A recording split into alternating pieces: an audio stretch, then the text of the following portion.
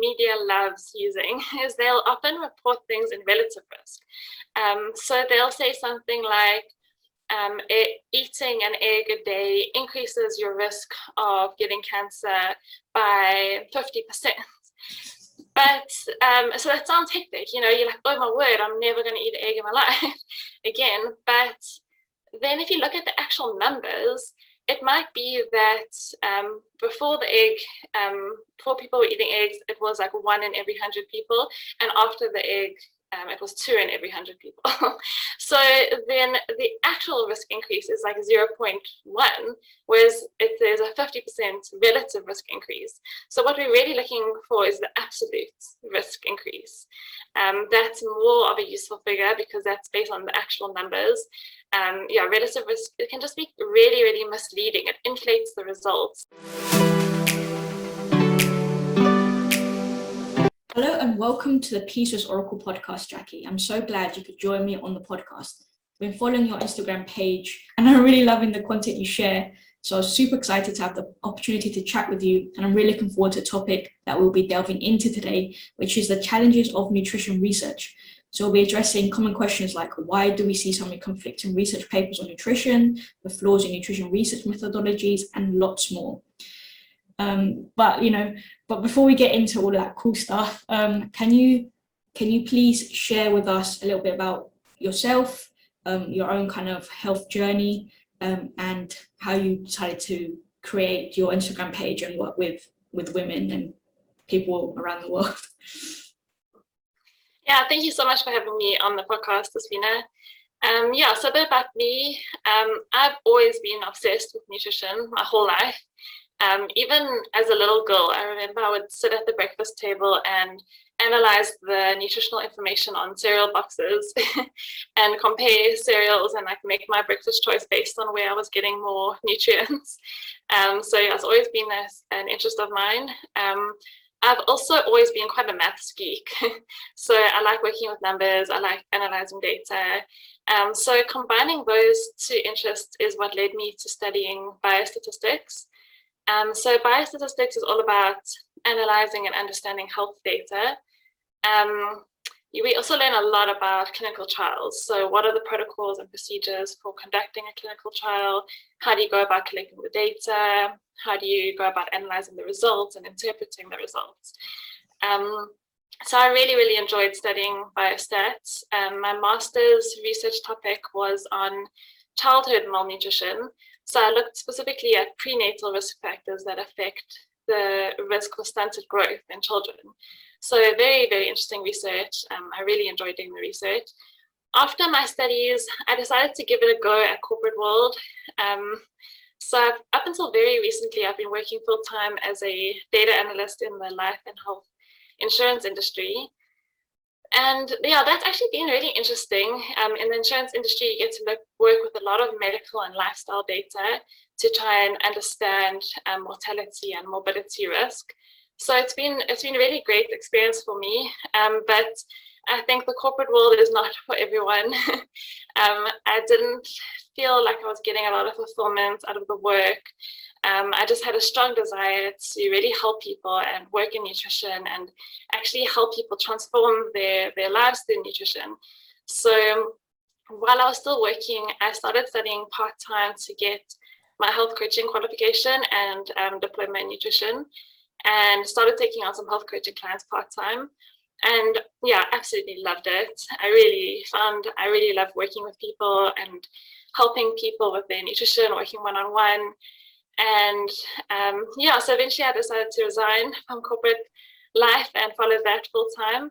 So most of my focus now is going into my health coaching clients.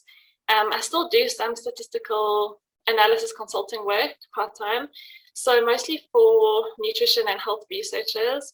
So for example, if a researcher is doing their PhD or writing a research article, there comes a point where they have to do some kind of statistics. And lucky for me, most people hate statistics. So that's where I can step in and sort of help them out with that side of things. But I think my background in stats is such a great tool for health coaching, because a lot of people come to me so confused about nutrition, like this paper shows this and this paper shows this. And yeah, I think my experience sort of gives me that ability to filter through all of the research and help people sort of navigate the nutrition world and see what's actually going to work for them. I think what you do is so like interesting and cool, but I think, like you said, merging like these two aspects really does like kind of go together. As we go through the interview, we realize it does have some like really great benefits, especially when like you're trying to sieve through all this like nutrition research, because obviously a lot of us turn to trying to understand nutrition research in journal articles. So being able to have someone who's able to explain to you how you're supposed to approach reading one of these papers and not kind of get so overwhelmed, because it's just so much conflicting information. You just don't know what to believe, what's true, what should be followed, if it's applicable. So I think having these two merged together is like really awesome. So I guess like we said, it's like common to read a lot of journal articles and nutrition papers and then you see like, this food's good, or this diet's good, or, actually, and then another one might say, oh no, well, keto is bad, or whatever it is, whatever food or diet there is, there's always like, this says this, and then this one says this, or like, there's a lot of time that people just cherry pick certain things and they just kind of run with it, and they just like promote that kind of way of eating, and people kind of end up following it. So I guess let's start off with, why is there so much conflict in research in nutrition?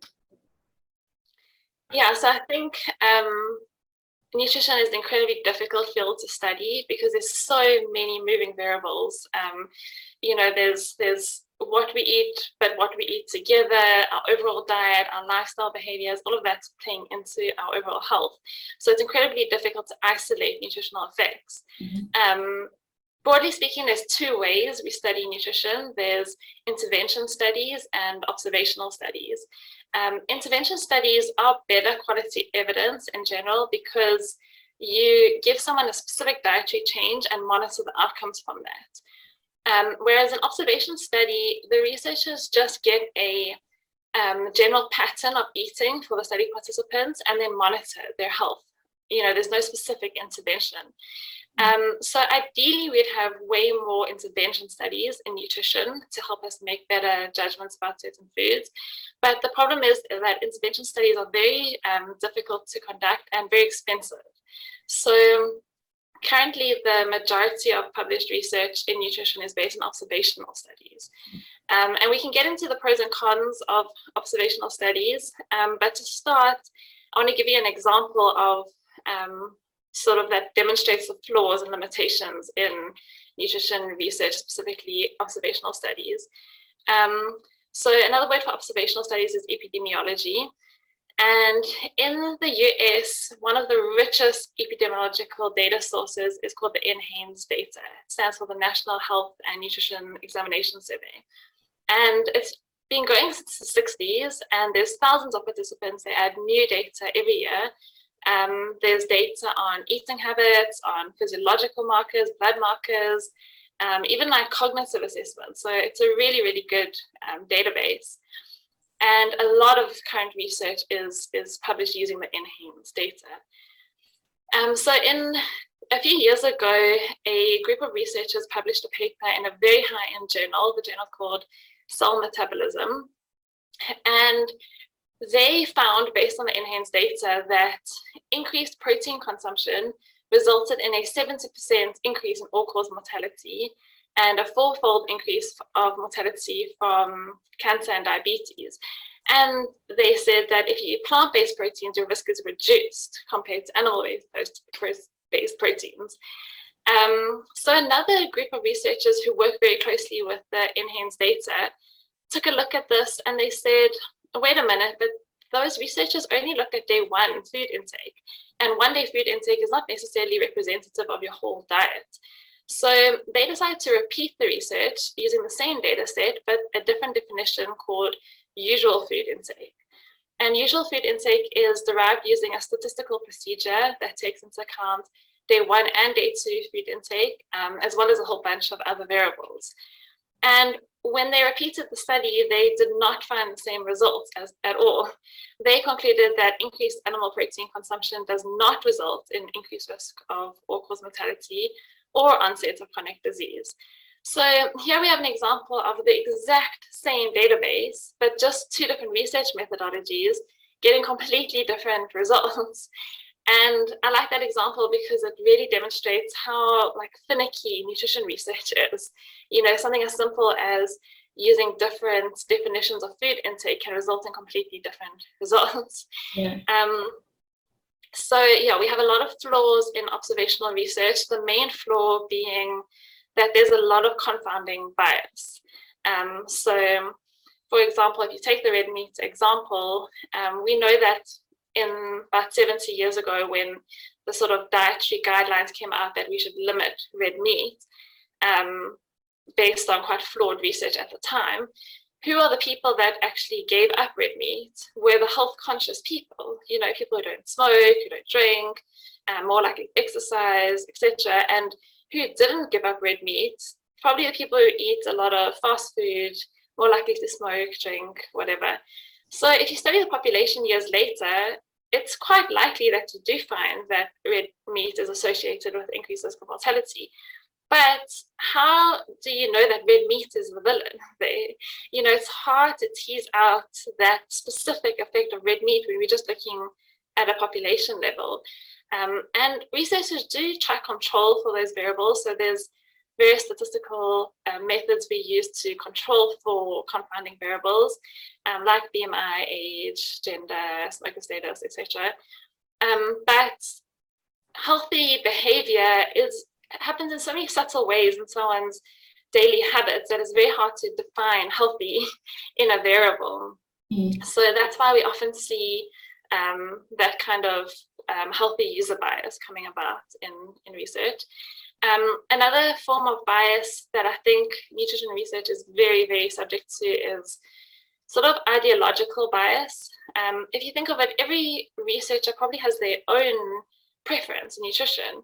And I really think that influences the way that they study nutrition.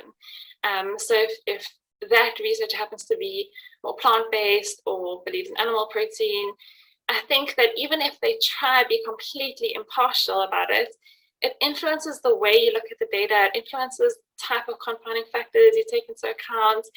And I think that what can often happen is that researchers find what they're looking for in the data. If you're looking to prove that meat is bad or meat is good, you'll find a way to show that in the data. So I think ideological bias is something that nutrition data suffers from a lot, unfortunately. And then another huge problem in epidemiology is the way data is collected. So what usually happens is a group of researchers will go out to their sites and collect food frequency data from people. So they'll use surveys and questionnaires.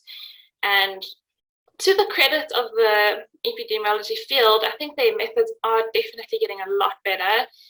They've got more improved ways of actually determining what people are eating, but it's still based on people's recall. So, they'll ask you what you ate yesterday or what your average weekly intake of a certain food is. And I mean, if I had to ask you on average, how many times a week do you eat an apple? It's very hard to answer that. You can't really know that off the top of your head. So it's quite, I think the limitations in that is quite flawed. And people have been shown to over-report healthy food and under-report unhealthy food because I don't know, people are embarrassed about what they eat or their perception about what they eat is a bit off. And then the questionnaires will often clump sort of meat-based dishes together. So they'll say on average, how many times a week do you eat a burger? And I can say I eat a burger every single week, but I eat my grass-fed bunless burger with my side of sweet potato wedges. It's very different from someone who eats Burger King once a week, So yeah, there's a lot of nuances that's difficult to sort of filter out in observational research. Yeah, I mean that's all super interesting, and I think people obviously don't recognize how there's all these flaws in research. You just assume, oh, it's it's a research paper, they have to be right. There can't be any flaws in them that they can impact how it applies to and how valid they are, or like how significant a result is. So going back to like the first kind of study that you mentioned about how relative risk, obviously you had an Instagram post on this. It was like looking at the difference between relative risk and absolute risk. Can you break that down here on the podcast? Yeah, so that's a trick that media loves using, is they'll often report things in relative risk. So they'll say something like, eating an egg a day increases your risk of getting cancer by 50%.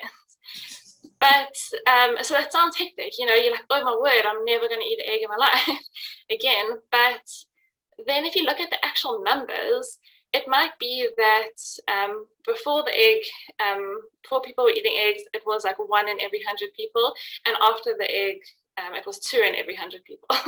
So then the actual risk increase is like 0.1, whereas if there's a 50% relative risk increase. So what we're really looking for is the absolute risk increase. That's more of a useful figure because that's based on the actual numbers. Relative risk, it can just be really, really misleading. It inflates the results, and media loves to do that. And the problem I've seen is that if you just read the abstract of a paper without reading more details in the paper, the abstract also often reports only relative risk. It doesn't report absolute risk. So it just really inflates the results and can take things completely out of context. So what other kind of red flag words or terms should people be looking out for when they're trying to see if there's like some kind of flaw, or if there's like conflicting kind of like variables or things that they need to take into consideration? Yeah, I think something that's super, super important when you read a nutrition research paper is understanding the context.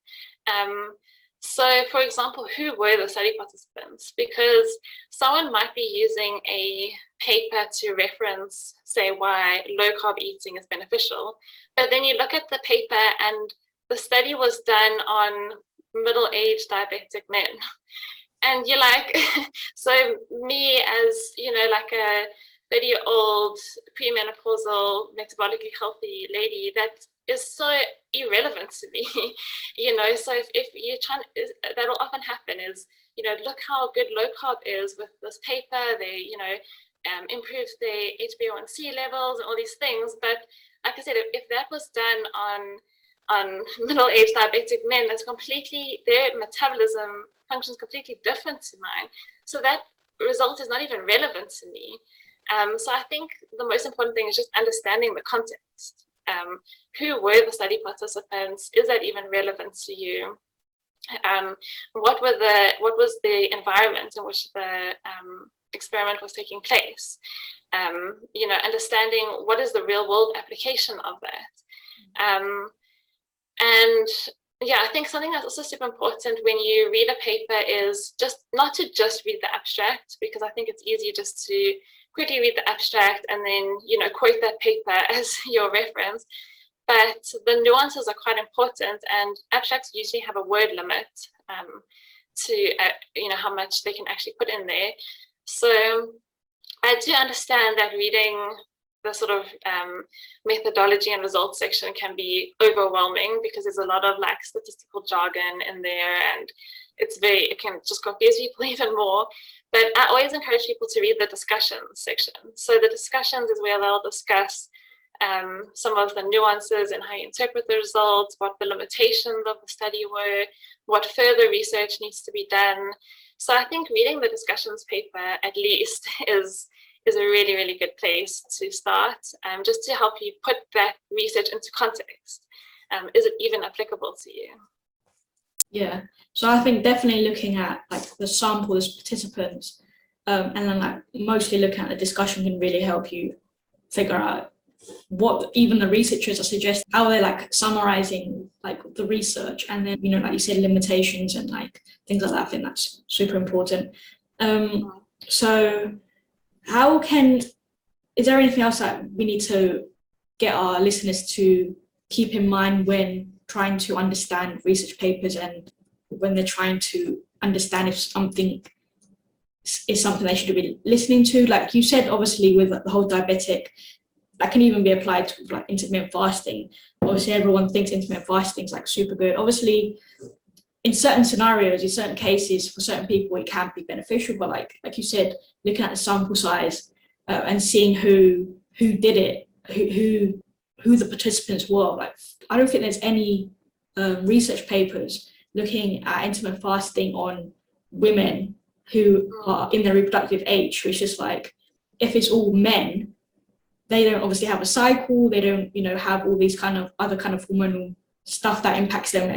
Did you think there's any other kind of things that our listeners need to take in mind when interpreting research? And then I guess, how can our listeners go about, if they don't look at research papers, how can they figure out what's a good diet? What food should they eat? Like, can they eat eggs? Can they not eat eggs? Yeah, I think that example you gave on intermittent fasting, that's a really, really great example. Like you said, there's very limited research on premenopausal women in fasting.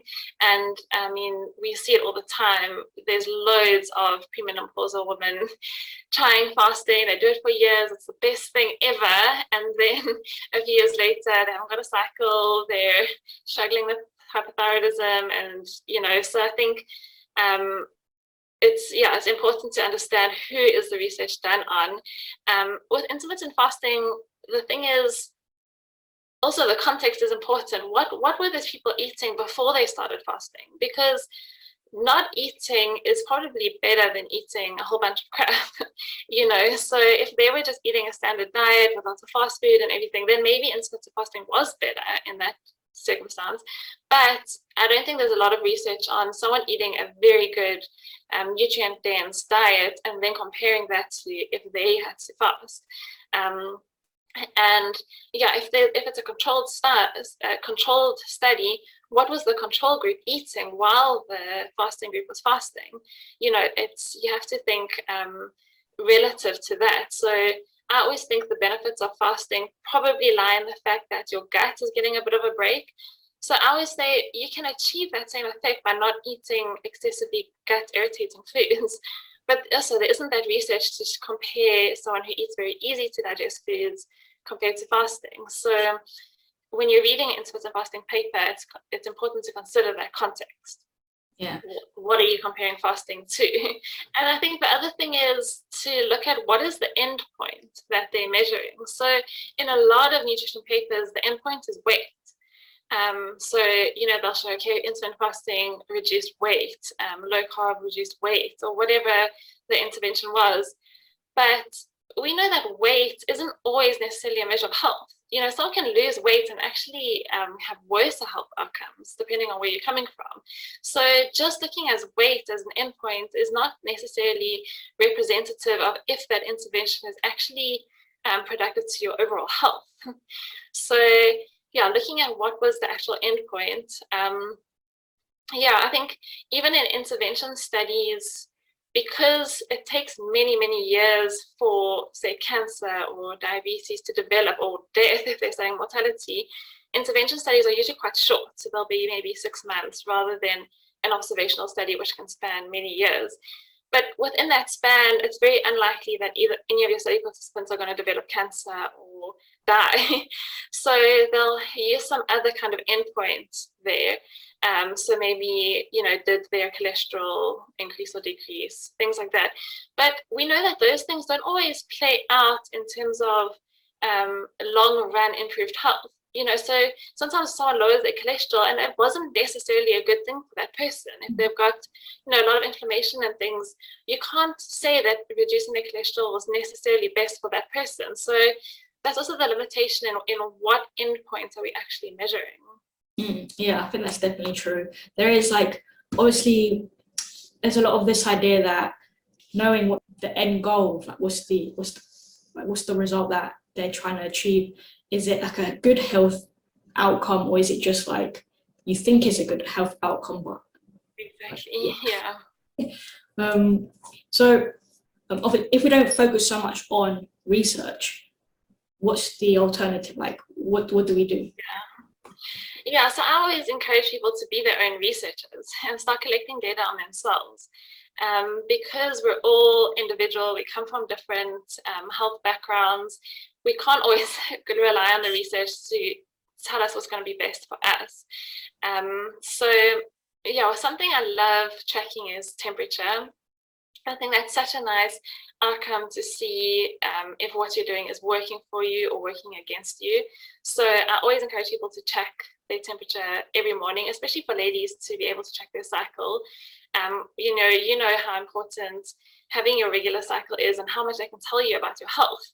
So it's such a nice way to say, instead of always waiting to get a blood test or even waiting years down the line when you eventually develop a chronic disease, you can start understanding a lot about your health right now by just taking that temperature and then seeing, how long is my average cycle?